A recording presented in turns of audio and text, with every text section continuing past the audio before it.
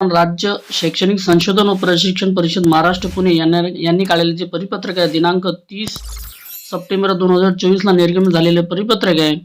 विषय असा आहे, शिक्षकासाठी दर्जेदार शैक्षणिक व्हिडिओ निर्मिती स्पर्धा 2023 व जिल्हा व तालुका स्तर निकाल घोषित करण्याबाबत. आता या ठिकाणी निकाल घोषित झालेला आहे. जिल्हा स्तर व तालुका स्तर शैक्षणिक व्हिडिओ निर्मिती स्पर्धेचा निकाल घोषित झालेला आहे. तर पुढील सूचना किंवा पुढील प्रोग्राम कसा असणार आहे आपण या ठिकाणी पाहणार आहोत. ही जी लिंक दिलेली आहे तालुका स्तर जिल्हा स्तर निकाल पाहण्यासाठी लिंक, या लिंक मध्ये आपण निकाल पाहिलेला आहे. निकाल पाहण्यासाठी उपरोक्त लिंकची सुविधा उपलब्ध करून देण्यात येत आहे. या सुविधेचा उपयोग करून ज्या तालुक्याचा किंवा तालुक्यातील काही विषयांचा निकाल पोर्टलवर उपलब्ध नाही असे दिसून आल्यास संबंधित तालुक्याचे गट शिक्षणाधिकारी यांनी केलेले तालुका स्तर मूल्यमापन पत्रक निवड समितीतील सर्व सदस्यांचे सह्या असलेले जिल्हा निवड समितीचे अध्यक्ष यांना सादर करून संबंधित गटातील संबंधित विषयाचे प्रथम 3 क्रमांक जिल्हा निवड समितीच्या अध्यक्षाची संबंधित जिल्ह्याचे डायट प्राचार्य मान्यता घेऊन तालुका स्तरावर घोषित करावेत. म्हणजे एखाद्याचा निकाल घोषित झाला नसेल तर माझ्या माहितीनुसार नंदुरबार जिल्ह्याचा निकाल घोषित झालेला नव्हता, तर त्यांनी ही प्रोसिजर सर्व पूर्ण केलेली आहे. संपूर्ण निकाल घोषित झाल्यानंतर काय करावं लागणार आहे? गट शिक्षणाधिकारी यांनी तालुका स्तर निवड झालेल्या शिक्षकांची यादी खालील प्रारूपात इंग्रजीमध्ये तयार करावी. त्याची एक प्रिंट कॉपी प्रमाणित एक ओपन एक्सेल फाईल आपल्या संबंधित प्राचार्य जिल्हा शिक्षण व प्रशिक्षण संस्थेत जमा करावी. या सर्व माहितीची खातरजमा करण्याची जबाबदारी संबंधित तालुका गट शिक्षणाधिकारी यांची असेल. या इंग्रजी फॉर्मॅटमध्ये गट शिक्षणाधिकारी साहेबांना फॉर्मॅटमध्ये ही सर्व माहिती भरावी लागणार आहे. संबंधित प्राचार्य जिल्हा शिक्षण व प्रशिक्षण संस्था यांनी तालुका स्तरावरून प्राप्त सर्व याद्या एकत्र कराव्यात. त्यानंतर सर्व तालुक्याचे मिळून एकूण प्रथम क्रमांक गुणिले 3000 हे आपण तालुका स्तरावरच पाहतो. एकूण प्रथम क्रमांक गुणिले 3000, एकूण द्वितीय क्रमांक गुणिले 2000 आणि एकूण तृतीय क्रमांक गुणिले 1500 म्हणजे 1500. याप्रमाणे प्रत्येक क्रमांकाच्या एकूणची तिन्ही क्रमांकाची बेरीज करून तालुका बक्षीस वितरणाची रक्कम अंतिम करावी. मात्र काही ठिकाणी प्रथम, द्वितीय आणि तृतीय ठिकाणी एकापेक्षा अधिक विजेते असण्याची शक्यता आहे. त्या ठिकाणी अशी बेरीज करता येणार नाही. अशा प्रसंगी एक बाब लक्षात घ्यावी, ती म्हणजे कोणत्याही गटाच्या कोणत्याही क्रमांकावर कितीही विजेते घोषित झालेले असेल तरी प्रथम 3 क्रमांकांच्या बक्षिसाची रक्कम कोणत्याही परिस्थितीत प्रथम 3000 रुपये, द्वितीय 2000 रुपये अधिक तृतीय क्रमांक 1500 रुपये यांची एकूण बेरीज, या तिघांची एकूण बेरीज होते 6500 पेक्षा अधिक होणार नाही याची नोंद घ्यावी. अशा प्रसंगी हिशोब निश्चित करताना खालील नियम व प्रसंग लक्षात घ्यावेत. ते नियम कोणते या ठिकाणी आपण पाहूया. समजा एखाद्या विषयात प्रथम क्रमांकावर 2 विजेते असल्यास, म्हणजे हे आपण तालुक्याचं पाहतोय, प्रथम क्रमांकावर 2 विजेते असल्यास ते एक समजायचं व प्रथम व द्वितीय क्रमांकाच्या बक्षिसाची रकमेची बेरीज, म्हणजे प्रथम क्रमांकाला 3000 रुपये आणि द्वितीय क्रमांकाला 2000 रुपये, एकूण बेरीज होती 5000 रुपये, ती दोघांना विभागून दिली जाईल.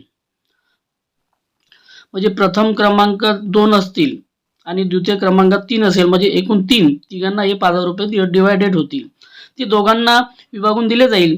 अशा वेळी तृतीय क्रमांक किती विजेते असले तरी त्यांना केवळ तृतीय क्रमांकाचे, मग तिसरा नंबर आला त्यांचे 1500 रुपये, जर तिसरा नंबर 2-3 जरी असेल तर त्या तिघांना डिवायडेड करून 1500 रुपये विभागून देण्यात येईल. हे झालं पहिलं. समजा आता दुसरं, प्रथम क्रमांकावर 3 विजेते असल्यास, समजा प्रथम क्रमांकावर 3 विजेते आहेत आणि द्वितीय व तृतीय क्रमांकाच्या बक्षिसाची रकमेची बेरीज करावी. म्हणजे पहा, जर प्रथम क्रमांकावर 3 विजेते आहेत, द्वितीय व तृतीय क्रमांकाचे बक्षीस म्हणजे दोघांची आणि तिघांची बेरीज करायची, प्रथम, द्वितीय आणि तृतीय म्हणजे 6500 रुपये यांची बेरीज करायची आणि ती तिघांमध्ये विभागून देण्यात येईल. म्हणजे प्रथम, द्वितीय आणि तृतीय या तिघांमध्ये त्यांची विभागणी होईल. अशा प्रसंगी द्वितीय आणि तृतीय क्रमांकाचे बक्षीस स्वतंत्रतेच्या हिशोबात येत नाही. आता पुढचं पाहूया. समजा द्वितीय क्रमांकावर 2 विजेते असल्यास, म्हणजे समजा दुसऱ्या नंबरचा जो विजेता आहे, म्हणजे दुसऱ्या नंबरला आहे 2000 रुपये, ते एक मानून द्वितीय आणि तृतीय क्रमांकाच्या बक्षिसाची रकमेची बेरीज करावी. म्हणजे द्वितीय आणि तृतीय क्रमांकाच्या बक्षिसाची बेरीज करावी, ती दोघांना विभागून दिली जाईल. द्वितीय आणि तृतीय क्रमांकांना दोघांना विभागून दिले जाईल. अशा वेळी तृतीय क्रमांकाचे बक्षीस स्वतंत्ररित्या हिशोबात येत नाही. अशा वेळी तिसऱ्या नंबरचा जो बक्षीस असेल 1500 रुपयाला, त्याला स्वतंत्ररित्या हिशोबात येत नाही. पुढचं पाहूया. समजा प्रथम व द्वितीय क्रमांकावर प्रत्येकी एक एक विजेता असेल. समजा प्रथम आणि द्वितीय क्रमांकावर प्रत्येकी एक एक विजेता असेल, म्हणजे पहिल्याला 3000 रुपयाचं बक्षीस, द्वितीयाला 2000 रुपयाचं बक्षीस. हे झाल्यानंतर तृतीय क्रमांकावर मात्र 3 विजेते असतील. अशा प्रसंगी प्रथम आणि द्वितीय क्रमांकासाठी नियमितनुसार अनुक्रमे 3000 रुपये आणि 2000 रुपये बक्षीस लागू होईल व तृतीय क्रमांकाचे बक्षीस मात्र त्या क्रमांकावर असलेले 3 व्यक्ती जरी असेल, तृतीय क्रमांकावर तिसऱ्या नंबरवर तर 1500 रुपये विभागून देण्यात येईल. अशा प्रकारचे त्याचे डिवायडेड केलेले आहे. संबंधित प्राचार्य, जिल्हा शिक्षण व प्रशिक्षण संस्था यांनी जिल्हा स्तरावर निकालाच्या बाबतीत तालुका स्तरासाठी याच पत्रातील उपरोक्त मुद्दा क्रमांक 1 मध्ये दिलेल्या प्रपत्रानुसार जिल्हा विजेत्यांची यादी करावी. तसेच ज्याप्रमाणे तालुका स्तर बक्षिसाची संपूर्ण तालुक्याची एकूण रक्कम निश्चित केली, त्याच नियमांचा उपयोग करून यामध्ये अंतिम हिशोब करताना नियम जरी तालुका स्तराप्रमाणे असले तरी बक्षिसाच्या रकमेची मात्र बदल होईल. उदाहरणार्थ प्रथम क्रमांक 10,000 रुपये, द्वितीय क्रमांक 9,000 रुपये, तृतीय क्रमांक 8,000 रुपये. जिल्हास्तरीय बक्षिसासाठी लागणारी एकूण रक्कम निश्चित करावी. जसं आपण तालुक्याचं डिवायडेड केलं त्याचप्रमाणे जिल्ह्याचं आहे. जिल्ह्याची पण तशीच रचना केलेली आहे. संबंधित प्राचार्य, जिल्हा शिक्षण व प्रशिक्षण संस्था यांनी तालुका स्तर बक्षीस एकूण रक्कम व जिल्हा स्तर बक्षिसाची एकूण रक्कम सर्व ताळमेळ पडताळून दोन्हीची एकत्रित मागणी माननीय संचालक साहेब, राज्य शैक्षणिक संशोधन व प्रशिक्षण परिषद महाराष्ट्र पुणे यांच्याकडे दिनांक 11/10 म्हणजे 11 ऑक्टोबर 2024 पर्यंत सादर करावी. त्यानंतर संबंधित जिल्ह्यांना बक्षीस रक्कम व आवश्यक इतर निधीचे वितरण करण्यात येईल. 11 ऑक्टोबर नंतरच हे कार्यक्रम होणार आहेत बक्षीस वितरणाचा. निधी वितरण पत्रासोबत या स्पर्धेतील जिल्हा व तालुका स्तरावरील बक्षीचे वितरण नियोजन लवकरच एक सविस्तर पत्र निर्गमित करून कळवण्यात येईल.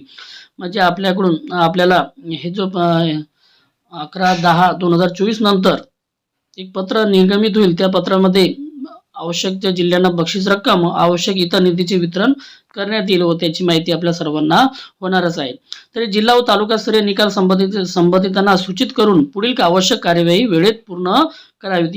या ठिकाणी साहेबांची, सहसंचालक साहेबांची या ठिकाणी सही आहेत. अशा प्रकारे व्हिडिओ आवडल्यास व्हिडिओ लाईक, शेअर आणि सबस्क्राईब करायला विसरू नका. थँक्यू.